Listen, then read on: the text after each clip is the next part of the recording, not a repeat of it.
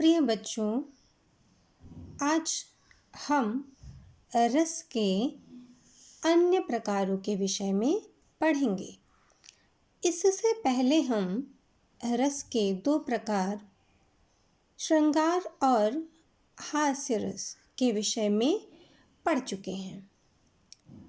श्रृंगार रस, जिसे रसों का राजा माना जाता है, रसों में उसे सर्वोपरि माना गया है। आइए आज हम करुण रस के विषय में पढ़ते हैं। करुण रस, जिसका स्थायी भाव है शोक।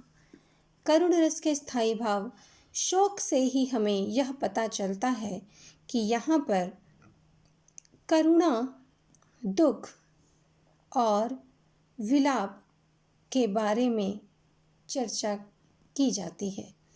इस प्रकार के रस में सदैव दुख और शोक की ही कल्पना मात्र की जाती है। तो करुण रस में जहाँ पर दुख उत्पन्न हो, जहाँ पर शोक उत्पन्न हो, वहाँ पर करुण रस होता है। आइए हम इसके उदाहरण के द्वारा जानते हैं। तुलसीदास जी द्वारा ये रचित रामायण की चौपाइयाँ, जिनके द्वारा हम आज करुण रस को जानेंगे। शोक बिकल सब रोवहि रानी, रूप सील सब बलु तेज बखानी। यहाँ पर राजा दशरथ जी की मृत्यु हो चुकी है। उनकी मृत्यु के उपरांत तीनों रानियाँ शोक संतप्त हैं। तीनों रानियाँ बिलख बिलख कर रो रही हैं और अपने दुख को प्रकट करने का प्रयास कर रही हैं। वह बार बार कहती हैं कि उनके रूप का बखान करती हैं, उनकी शीलता का बखान करती हैं, उनके बल और तेज का बारंबार बखान वह करती जाती हैं और उन्हें याद कर करके रोती हैं, बिलखती हैं। करहि विलाप अनेक प्रकारा।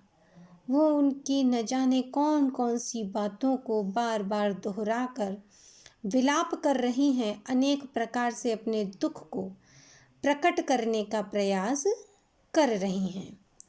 परहि भूमि तल बारहि बारा, अर्थात विलाप करते हुए, अनेक प्रकार से उनके गुणों का बखान करते हुए रोती हैं, तड़पती हैं और अपने सर और अपने हाथों को बार बार भूमि तल पर पटक पटक कर रो रही हैं, विलाप कर रही हैं।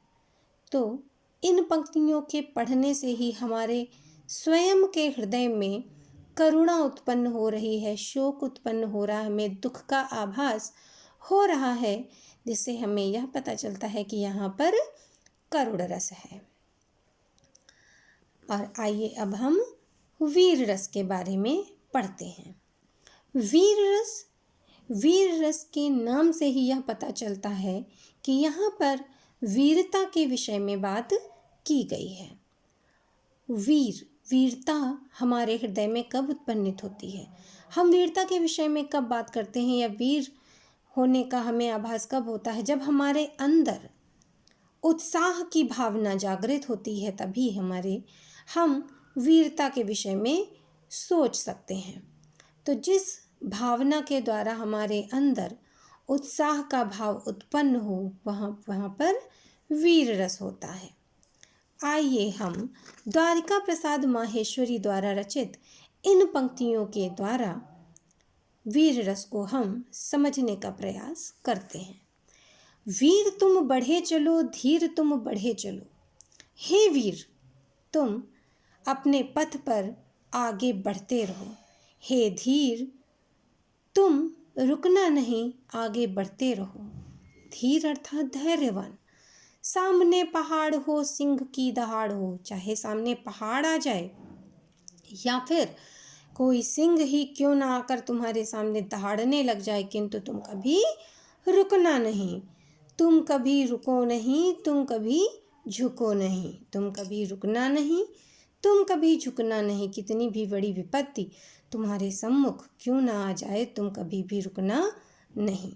इससे हमें वीरता का आभास होता है।